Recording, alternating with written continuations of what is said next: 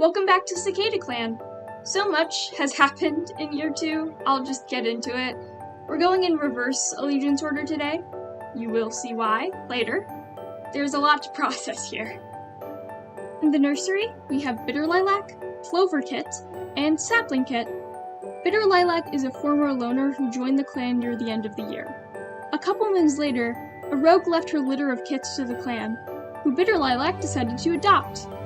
They haven't known each other for very long, the kits have only been here for like a day, but I think their little found family is already really cute.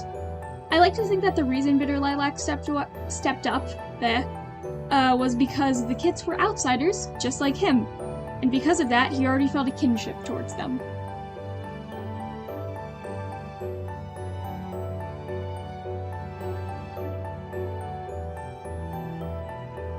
Now our warrior apprentices. Apprentice, whatever, you know what I mean. Yes, we have those now. Molepaw, Bluepaw, and Sleekpaw are our littermates who were brought to the clan as kits with their mother. They're just funny little she-cats, a classic apprentice trio. By the end of the year, they're also all pretty close to graduating. For some reason, Molepaw and Bluepaw have a slight dislike towards each other. Probably just normal sibling beef, but I've never seen this happen in the relationship meters of littermates, so it's really funny to me.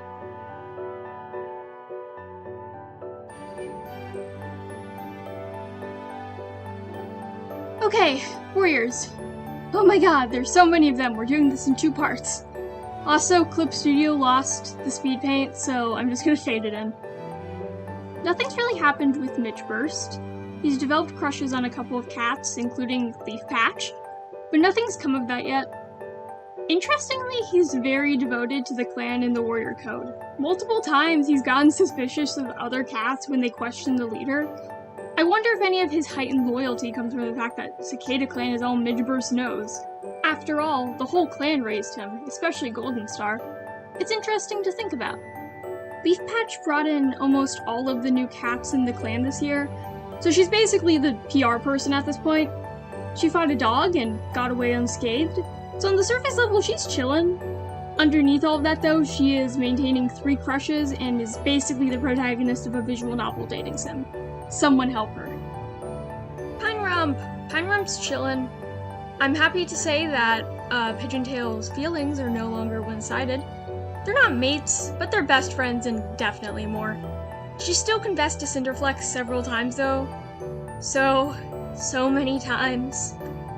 I am begging her to get the hint. Pigeontail's looking a little bit different.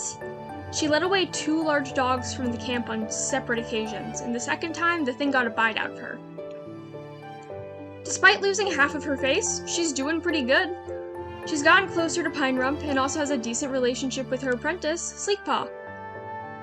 The most eventful thing Tawny Leopard did this year was hurt their paws when jumping.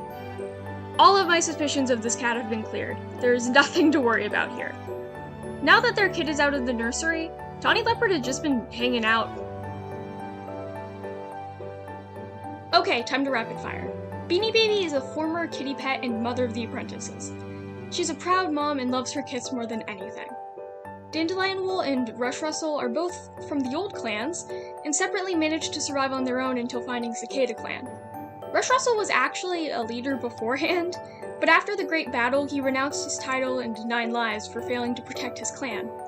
Both cats are good-natured and fun-loving, but they're also traumatized in their own ways and refuse to talk about it.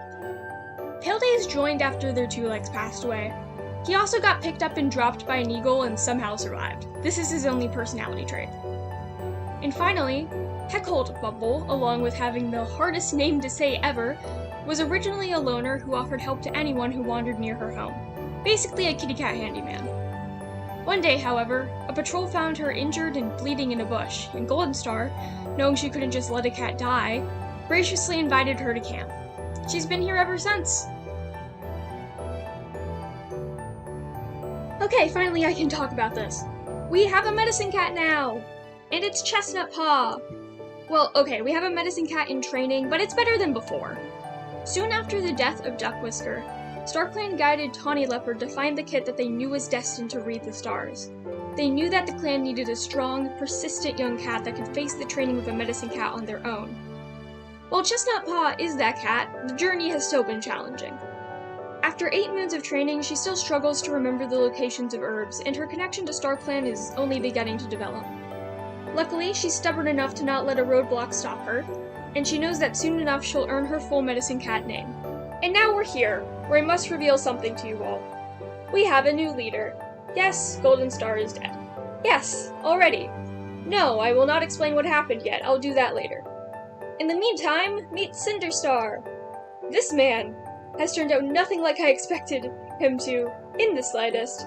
He is such a Carrie Sue, he rapid-fired promotions and is at the core of a love polygon, and he's insecure about himself, somehow. Speaking of it, Cinderstar's love shenanigans have finally ended, at least in his own life. After so many she-cats tried and failed to win his heart, you wanna know who succeeded? Ash Stripe. Ash Stripe. No wonder Cinderstar didn't like you, Pine Rump, he's gay! Anyways, they're very cute and I love them. Also, Ash Stripe isn't the deputy, I just wanted to draw them together. Cinderstar actually chose Frostfern as his deputy, and the start of next moon will mark the beginning of their shared guardianship of CicadaClan. And now I have to explain to you all what happened to Golden Star. Oh boy. So at the very end of last year, Golden Star was bitten by a venomous spider and died. I actually completely missed this happening, and that's why it wasn't included in the first video. A couple months later, this year, she lost another life when she was wounded by a fox, so now she's down to 7 lives. Not that bad. And then a burrow collapsed, and she was buried alive and lost all of her remaining lives. That's a fun thing this game does. It'll gladly wipe out a leader Tiger Star style, no questions asked, it's wild. Luckily, she was the only death this year. Well, I guess she counts for like 9 deaths, but you know. And that's year 2 of CicadaClan. The clan's dynamics have very quickly been shaken up, and I'm really excited to see how it all develops next year. See ya!